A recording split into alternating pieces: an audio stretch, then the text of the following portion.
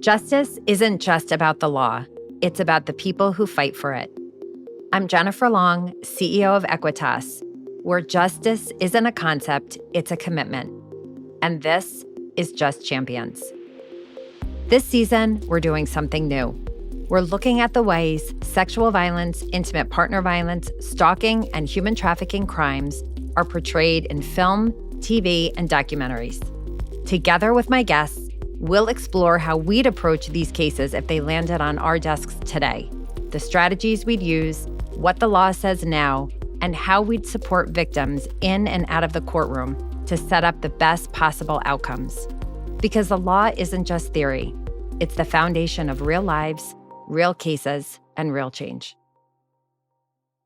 Hi, everyone. This week on Just Champions, we are revisiting the groundbreaking documentary, Very Young Girls, which confronted the realities of sex trafficking, sexual exploitation, and the violence faced by sexually exploited women and girls.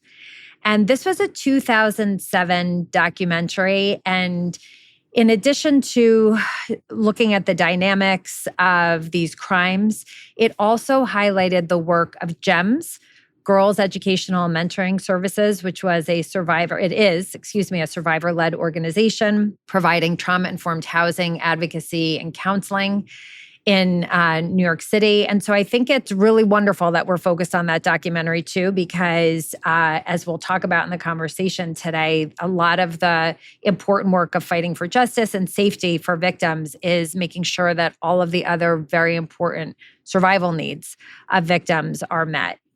And while the film itself, the documentary, really laid bare the criminal justice system's failure to protect women and girls, including the tendency to criminalize them, today's conversation features Jon Junig, chief of the Manhattan Human Trafficking Unit, who shares the role of prosecutors in changing this legacy. And so I think it's incredible. We're really talking to someone after almost 20 years of this documentary coming out who's really trying to make a difference and is making a difference in the lives of these survivors. So hi, Jon. Thank you so much for being here today. Hi, thank you so much for having me. Before I get in the conversation, which I'm really excited to talk to you about your experience, I just want to tell people a little bit about you. A graduate of the University of Rochester and the University of Texas School of Law, a clerk for the Honorable Kathy Cochran on the Texas Court of Criminal Appeals, and you became a Manhattan ADA in 2014, where you were focused on the prosecution and investigation of sexual assault, child abuse, and human trafficking, which I really love because I know you became the chief of human trafficking in March of 2023, but I think it's the experience of handling all of those cases make the insights of not only prosecutors handling these cases, but a chief, a leader of that unit, makes them so much more acute. So excited that you're here with us today. Yes, thank you so much for having me. And so I guess I want to start, I really want to hear from you. I know we talked a little bit about this documentary. I got to see it when it was released. I saw it back in 2007. I know that your introduction to it was maybe in preparation for this podcast, but I thought beyond the footage, could you talk a little bit about the vulnerabilities and the dynamics of human trafficking and commercial sexual exploitation and the exploitation of children that this documentary showed and your experience with it as a prosecutor? Yeah, I mean, one of the things that was so shocking or not shocking, but interesting while watching this documentary is although so much has changed in how we handle these cases, the dynamics that we saw in the documentary with human trafficking, how similar they are still to this day. We see in our cases in the office, as we saw in the documentary, the grooming period where you have these pimps or traffickers who are literally breaking down young women to believe that they're the only person that can support them and that they're the only source of love in their life, and then using that to exploit them. We still see that same cycle every single day in the work that we do. How about if I could take you even back a little bit, because you started your career handling, we call them co-occurring crimes of child abuse and sexual violence, intimate partner violence. And I'm wondering if you look back at that part of yourself in your early career, if looking back, because I think 2014 too, it was not, early on in handling human trafficking, but it was somewhat early on. Did you see indicators in the child abuse cases and the other cases you were handling of sexual exploitation and human trafficking, even before you were chief of the unit or handling specific human trafficking cases? Yeah, I mean, the dynamics were so similar in a lot of the child abuse cases or domestic violence cases that, those units handled and that I worked on myself. Especially I would say in the child abuse context, a lot of the behavior that we would see, kind of going back to how I mentioned with the grooming behavior that we saw in child abuse cases, we definitely see in the trafficking context as well. It also, throughout all those cases, you see how important a support network and how important the family can be in preventing these types of crimes from happening. Because in the child abuse context and in the trafficking context, we saw so many victims that just had no support whatsoever and nowhere else to turn when they were actually being exploited. How about, and from a prosecution perspective too, just you talked a lot about the dynamics, and sometimes we think of them as different weapons, non-traditional weapons, if you will, that the traffickers, exploiters, or even the other buyers of sex who are committing harm against these individuals use. How did you explain that to juries? Was it important for juries to understand this, and how did you explain that to them? So we always use an expert witness to help explain some of this behavior, and then we would, during our summation, go back to some of the things that expert was able to explain. Some things that might be difficult for a jury to understand. For instance, when someone's going through, a traumatic experience, how their memories may blend together, or how time may not necessarily encode things in chronological order. Or we would have to explain the issue of a victim returning to their abuser over and over and over again, and explaining to the jury that just because this person went back doesn't mean that the crime didn't happen. It just means that this person had so much coercive control over their victim.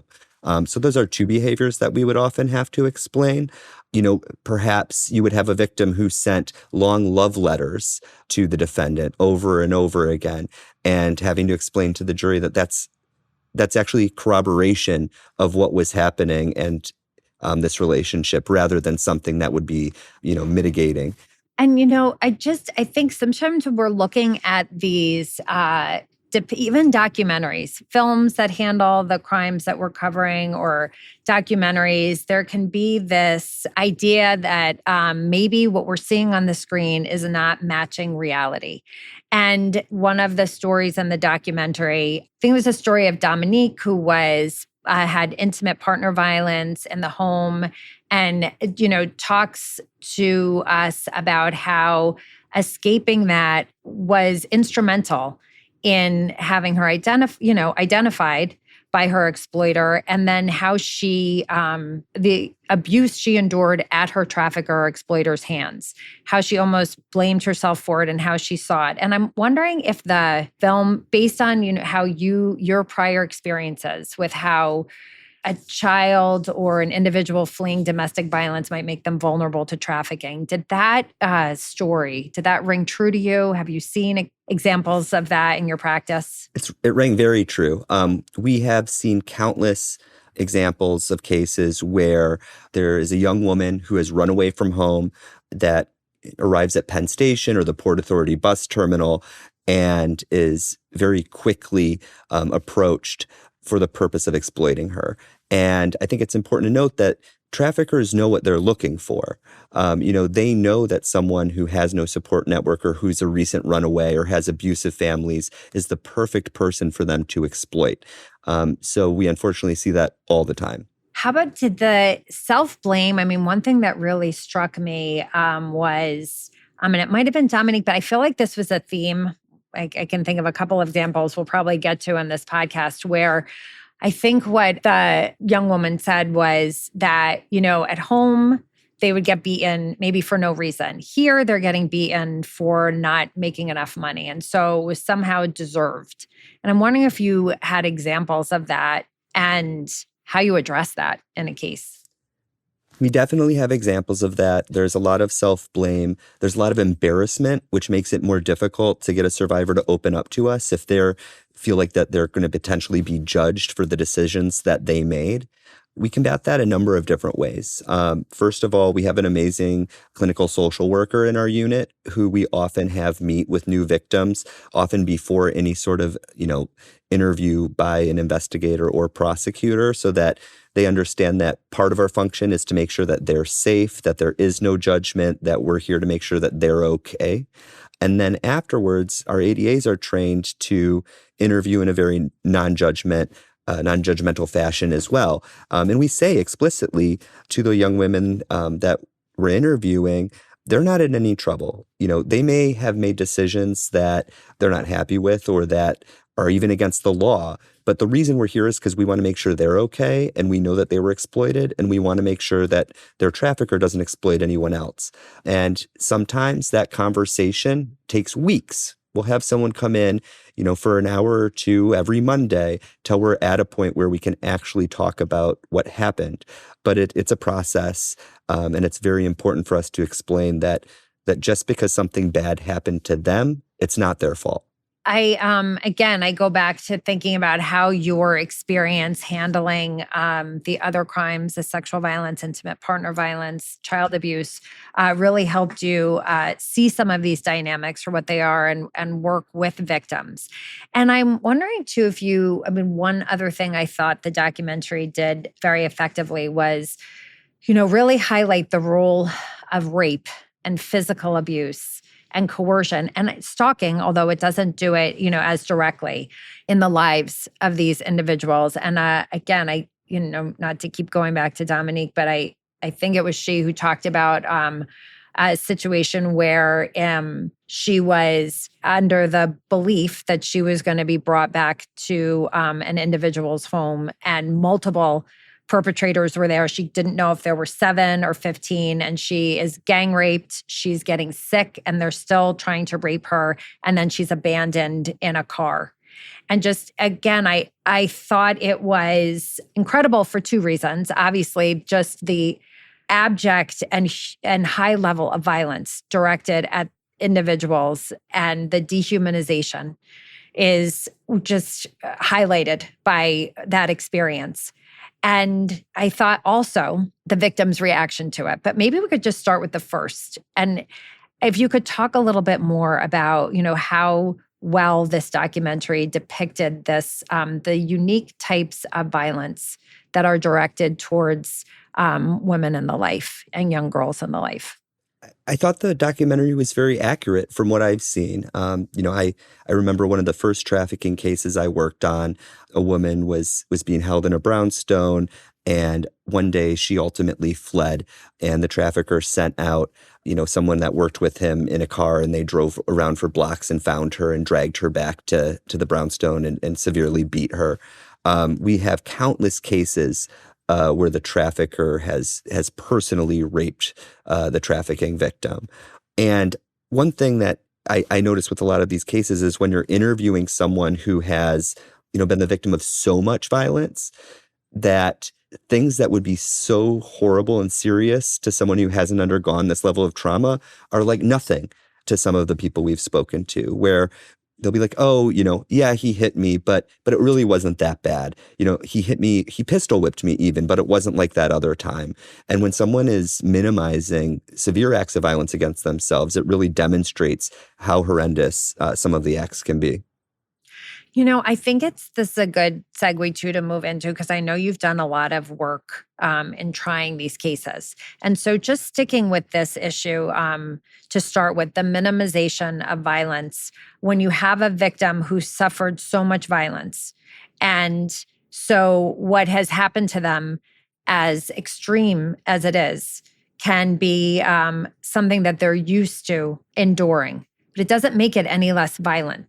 And I'm wondering if you could talk about how you communicate that to the jury, how you make sure that the jury is not minimizing that, and how you make sure that they are ultimately delivering justice and safety for a victim in a way that's maintaining respect for the victim. The victim has a voice. The victim has a right to, we're not trying to undermine the victim, but how you make sure that you're communicating to the jury that this victim's experience in their life may have been so violent and full of so much hardship. And it might be some of the reasons why they're describing the assault in the way that they are, but why the jury shouldn't then just decide that it's not a big deal and not worth holding someone accountable for that. I think the most important work to get that point across actually starts, well before trial. And it's very important to spend as much time as you possibly can, with the victim to really get a good understanding of everything that happened. And it's not always going to be possible. We talked about some of the memory issues earlier, but these aren't the types of cases where you do one or two victim interviews in one prep session and then you're going to trial. These are the types of cases where you want to meet with the victim 10, 20, 30 times over a year or two long period if you can, so that you understand to the best of your ability everything that happened and how the victim talks about it, how they'll be as a witness to talk about the things that happened. And then in those conversations, I think it's very important not to characterize what they're saying to you, because you don't want to be in a position where you're broadcasting to them or to the jury what's serious or what's not serious. You want them to be able to say factually what happened and then argue to the jury during summation how what they talked about hits every single one of the elements of the charged crimes. So I think that's probably the most important part of that process. When you're going back a little bit, how are you selecting a jury? Like, what are you looking for in jurors? What kind of questions or what sort of themes are you focusing your questions on to ensure that you have a body of people that can accurately listen to evidence, that are not going to bring their own biases into the courtroom, and that are going to listen to the evidence and deliver a just verdict? I usually spend a good amount of time during jury selection on how a potential juror evaluates the credibility of somebody else. So I'll ask them, when in daily life you're trying to decide whether or not someone is telling the truth, how do you make that decision? And, put the potential juror on the spot and not just ask them yes or no questions, obviously, but get them to explain to you how they make those decisions or make that analysis. And as they walk through it and kind of explain that process for themselves, it helps get some idea of whether it's a person who's going to rush to judgment or is going to be more prone to believe someone or disbelieve someone based on the story. You want to make sure that you have someone who doesn't think just because something sounds far-fetched that it's not true, because some of these stories are very difficult to believe because of how much violence you'll be hearing about. So I think through having those conversations about evaluating credibility, you can get a sense from the juror if it's someone or not that you think will give your victim a fair shake. Can we go back? And I guess it's funny. I keep talking about Dominique, but I think I just even back in 2007, I connected with that. I would say that character, that individual, and I find myself. I've watched a documentary, several times since that time, and even in getting ready for this podcast, going back and looking at her story, the experience she has, the gang rape that she suffers. I'm wondering if that case is brought to your office. First, are these cases that you prioritize? Obviously Dominique was underage at the time, but let's imagine if we can, add additional facts, if an adult, a 20-year-old, a 30-year-old, a 40-year-old who's in the life, who might voluntarily, not be reporting that they are trafficked in any way or that they're being forced in the life in any way. Someone's coming to you and reporting a gang rape. Is this a case that should be taken seriously? Is it taken seriously? It's taken very seriously. And one of the things that we changed, about a year and a half ago is any case of sexual or physical violence against an individual where we have reason to believe there was, some sort of sex work element. Maybe that person was being trafficked, or maybe that person was willingly, engaged with the client and then brutally attacked as a result. Those cases are directed to my unit because we have the resources through our analysts and our prosecutors and our social worker and investigators to really focus on those cases, to meet the victim where they're at, to provide that victim with the resources they need to feel supported and to pursue the case. And I mean, I know it's sort of hard because this wasn't a file in front of you, and I imagine there might have been barriers. But if a case like this came in front of you, how would you start? Is there any hope in prosecuting a case like this with multiple perpetrators? How would you try to identify the perpetrators, identify the scene of the crime, go forward with the case? Could you give us a little bit of a taste of what would happen and how the office might be able to uncover some of these things and bring these perpetrators to justice? Yeah, I mean, some of it would vary depending on whether it was a case brought to us by the NYPD or something that we got referred to from our hotline or through one of our own flagging procedures. But regardless, the first thing we would do, assuming that the victim was cooperative and willing to meet with us, is we would have her meet with our social worker. We'd make sure that she had stable housing. We would make sure that her medical needs were being addressed. We'd make sure that, we created some sort of long-term plan with her. And then when we would meet with her with an investigator and an ADA, we would first see what she was willing to talk about in those early stages. If it's something that was too traumatic to really go through what happened, we would focus on other things that maybe we could use to identify these individuals. Whose phone numbers do you know? How would you describe these people? What nicknames do they have? Where were you? Is it a place where these people frequent? We would get her information, her cell phone number, her social media information, so that even if she's not willing to, or not at a point where she's comfortable yet explaining all the details or what happened, we can at least start our investigation. Because after she leaves, we can send a subpoena to the cell phone company to get all of her call logs and text logs to see who she was communicating with. And that's not to pry into her life, but that's to help us identify these people and get a sense of what the relationship's like. We can send subpoenas or search warrants to the social media companies to see if there's relevant messages or contacts that we can identify through those. We can run all these numbers and images, if we have photographs, through tools like Spotlight or Traffic Jam to see if there's prostitution ads, and that might give us additional information of who's involved. So there's a lot of investigatory steps that we can take after that first meeting, even if we're not able to get a full picture from the victim herself about exactly what happened. It's interesting to me, even today, even when there's physical injury, we still see, perpetrators. I mean, some might say it wasn't them. I mean, maybe we could talk a little bit about, other areas of identification, forensic evidence and whatnot, that could corroborate what the victim's saying. But oftentimes we also see the consent offense coming up more often than people may think, that, yep, it happened and the victim wanted every part of this. Is this something, if this came up in a case, how might you overcome, both barriers, either an issue related to additional identification? How might forensics help with that? And in addition, by the way, to all of the other great evidence you talked about, or in a situation where there's a consent offense, how might you fight that? Yeah, I would say the consent offense is probably the most common defense that we see.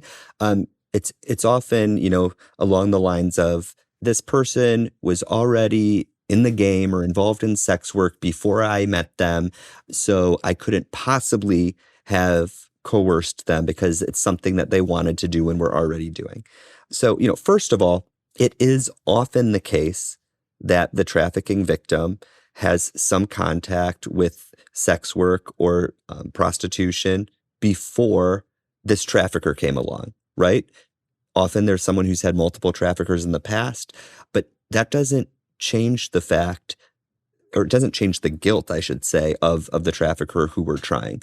Because just because someone did something before, it doesn't mean that they didn't want to do that they wanted to do it this time. It doesn't mean that they wanted you to take all of the money from them. It doesn't mean that, when they didn't want to go on a particular date, that it was okay that you threatened them with physical violence or you threatened them with drugs or drugged them up before they went out.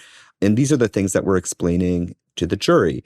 That's also kind of going back to your earlier question about voir dire, another thing that's very important to discuss during jury selection, because you need to have, a jury that understands that they're not evaluating whether or not they approve of your victim's entire life. They're there to determine whether or not you've proven your case beyond a reasonable doubt for what this person did during this particular date period. So jury selection is very important to get the right jurors as well. And then when you explain it to the jury, I think you really break it down into common sense arguments about what the defendant's actually charged with here and what he's not with and what your burden is, and explaining that to them in very clear terms. And, and thank you so much for breaking it down like that. And again, not to get very, very technical, but there are, a lot of different kinds of people listen to the podcast. There are law students and, other attorneys. And I always feel like as prosecutors, we're so lucky because we have so much practice. So, rules of evidence, motions, it's all that it's not theoretical for us. It's very practical. And I think about the role of rape shield, particular in these cases, and that rule of evidence where information is, yes, protected for policy reasons to not embarrass or humiliate victims, but for due process reasons for a victim, for fairness as well, because a lot of this information is truly irrelevant to the issue of consent and credibility. And I know every state has their own rules, and New York's has maybe a uniquely, I'll just say, bad rule about prior prostitution convictions. However, I think with respect to Rape Shield, one of the things we're always talking about when we're working with prosecutors, developing, technical assistance or training, is that the prior sexual activity of an individual, it's really focused on time and circumstances. So simply because an individual is in the sex trade doesn't mean and shouldn't be relevant to whether or not they consented to have sexual intercourse with multiple people.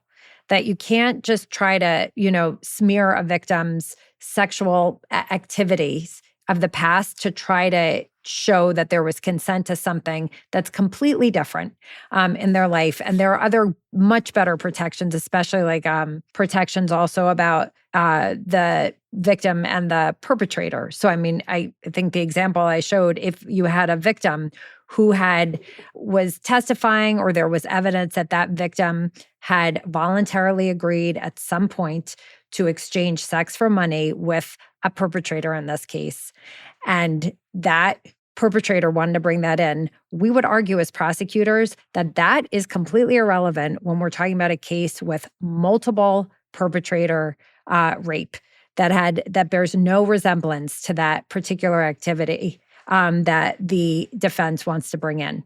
And I'm wondering if that's something that you've ever confronted in the courtroom and how that might work out or how you would argue that. Yeah, I think it's a lot harder in the trafficking context than it is in, sex crimes in general. Because, when I have handled some rape cases, there's a clear section of Rape Shield that applies, and we're moving in limine to have it precluded as cross-examination or mentioned at all. In the trafficking space, what makes it a little bit more difficult is, granted, every case is different, but there's common themes that we see. And we do see a defendant engaging with a victim as a potential John, as a common recruiting tactic, right? Or we'll see some relevance to prior prostitution by the victim, often in ways that we want to bring up. If they're comfortable talking about it, it's something we would prep with our witness on, but because it explains how they were in a vulnerable position that the defendant could take advantage of. So I think in at least the trafficking cases we've been working on over the last few years, we have been less likely to move in limine to preclude it as a subject matter that can be discussed. That being said, it has to be relevant. It can't just be used to beat up on our witness if there's no relevance to it whatsoever and it doesn't go to that person's credibility. And in those cases, we would absolutely make a pretrial motion. I just think in the dynamics that we see in our cases, it's often something that we know we won't keep out, so we try to use it as a strength. No, and I love that, and I love how you really kept it victim-centered in terms of talking about a victim and a victim's comfort and talking about things and, really analyzing the case because I think that is a large part of it too. Some of the evidence is what it is, and it's on us to argue and explain to a jury why something's relevant, why it's not, and why it doesn't equal consent. So I really love that. One thing we talked about, which I feel like moving into, and you already talked about so many ways, the criminal justice system is protecting victims now in ways that maybe weren't as obvious in the film. And even though I think we both agree we have a long way to go, but I remember in getting ready for this, you talked a little bit about how you've been able to proceed with cases where victims are not able or willing to testify yet. And I wondered if you could talk about that as one of the ways that the system's gotten better, or you've taken your practice to make it better for victims. Yeah, so we've had several indictments and cases in the last few years where we've been able to bring trafficking charges against the defendant without witness testimony, without victim testimony, I should say. And part of that, I think, is how technology has changed over the years, where in the documentary from 2007, there wasn't really much focus on online prostitution advertisements, which is really what so much of this world has become in 2026 now. And while it makes it more difficult in some aspects because trafficking is everywhere and can be hidden from public view on the street, it has made investigating and proving these crimes easier at times, meaning that if we have a target and we have probable cause to believe that they are committing these crimes, we can get a lot of different material from Apple or Google or the various texting apps to prove our case without the victim. So as one example of a recent case, obviously without identifying information, but we had a hotline tip with plenty of information. We were then able to, with a few phone numbers and images that we had, find corresponding prostitution advertisements. We were able to confirm that this individual was underage. And then through the use of warrants for iClouds and other online media, we were able to get notes on their apps and direct communications where we could establish all of the elements of sex trafficking of a child. And we've had several successful cases like that. In the child cases, it's a little bit easier because that doesn't require force, fraud, or coercion. So if we can show that someone is promoting the prostitution of someone underage, we can bring a sex trafficking of a child indictment. But we have had other cases where the coercion or violence is so explicit in the communications that we were able to pursue charges based on those communications as well. That was so fantastic, I think, to learn a little bit more about what you've been able to do. And what about, I know that also in talking about the recognition of forced criminality and the role it plays that I feel like is uniquely in human trafficking cases. Can you talk a little bit more about what has gotten better, both with I think thankfully we don't hear the word child prostitute anymore, which is just the fact that ever was a term that was used is just unbelievable and heartbreaking. But with adults, I feel like at times the system, the professionals sometimes miss indicia that there's forced criminality. Can you talk a little bit about how things have gotten better for adult victims of human trafficking who there might be, how we've gotten better at determining indicators of forced criminality? Yeah, so I think the most important thing that we have in New York to combat against forced criminality is a law that is commonly referred to as the START Act. And it's a section of our criminal procedure law 440, and it allows a convicted defendant if they're able to make a showing that their conviction, the crime underlying it, was the result of being the victim of sex trafficking or labor trafficking, they can move to have that conviction vacated and the record sealed. My unit receives those applications for Manhattan. I believe we still to this day have consented to every single application that we've received. Sometimes that requires some work. We'll review the affidavit. We'll do an interview. We'll do a follow-up investigation. And we work very closely with the defense bar who makes these applications on behalf of their clients. It's important to also note that it's not just for convictions of prostitution. It's for any crime. So if someone was convicted, for instance, of a larceny for shoplifting because their trafficker made them do it, or it was as a result of, the violence from the trafficking, that would also qualify. And even though it's a post-judgment law, so it only applies to people who've already been convicted, we take that same approach in open cases where the defense bar, we hope, knows that they can contact us if there is a reason to believe that their client was engaged in criminal conduct because they're being trafficked, and my unit will then get involved to launch a simultaneous investigation to get to the bottom of it. Oh, that's fantastic. And I feel like I led you down a path a little bit. Is there any other way you feel like we've gotten better? Things have gotten better? Yeah, I mean, so it's not directly on point, but the governor did recently sign in New York this immunity bill that pretty much says if someone's engaged in prostitution and they are the witness to a violent crime, or I think any crime, or the victim of a crime, that they can make a report or call 911 and they'll be immune from prosecution for prostitution during that period. It's a great law. My office supported it. It doesn't affect our day-to-day practice in Manhattan because we haven't prosecuted the crime of prostitution for about 5 years now.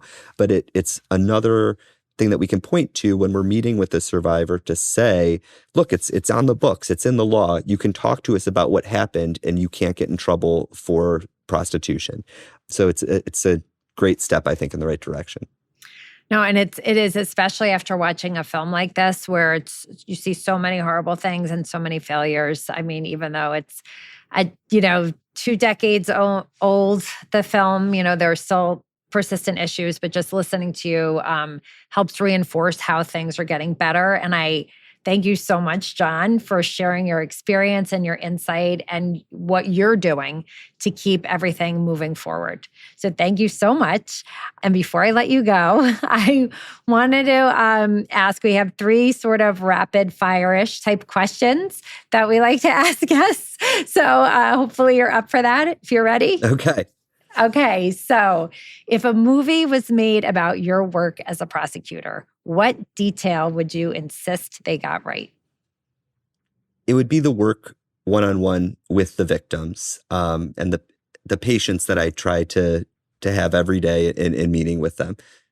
I love that. And it really came through. And just hearing how you are so thoughtful about these cases, how much you care about victims.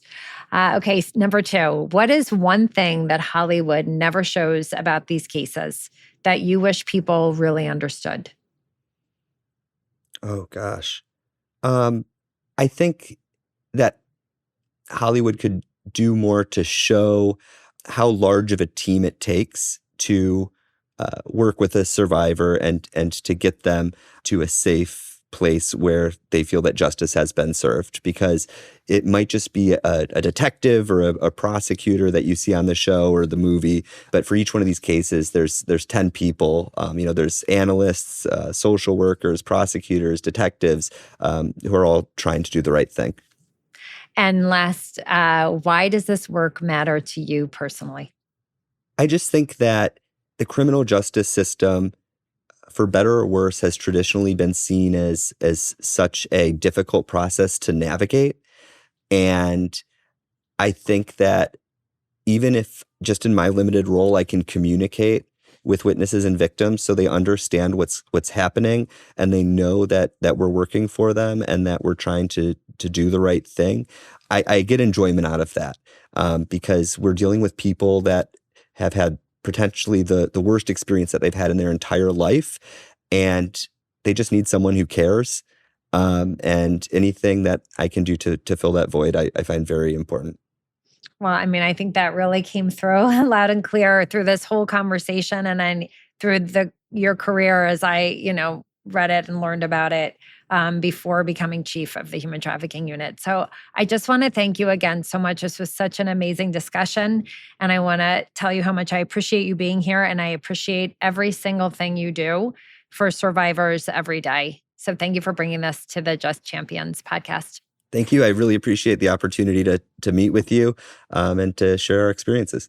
Great. Thank you so much. And to everyone listening, make sure you come back next week. We will be tackling Unbelievable and I Am Evidence, where we'll be exposing serial rapists, reopening cold cases, and talking about how to repair the damage of delayed justice. This podcast discusses the violent crimes of sexual violence, domestic violence, stalking, and human trafficking. If you need support, please check the show notes for links to hotlines and agencies that can help. For more information about Equitas, please go to equitasresource.org. That's AEQUITAS resource.org, or follow us at Equitas_resource on Instagram. This series is executive produced by Jennifer Long, Equitas, and Robin Hopkins. This series is sound designed and edited by Dan Kroll. This season of Just Champions is funded by a generous grant from the U.S. Department of Justice Office on Violence Against Women, supporting efforts to improve justice in cases of sexual violence, intimate partner violence, stalking, and human trafficking. The opinions, findings, conclusions, and recommendations expressed in this podcast do not necessarily reflect the views of the Department of Justice Office on Violence Against Women.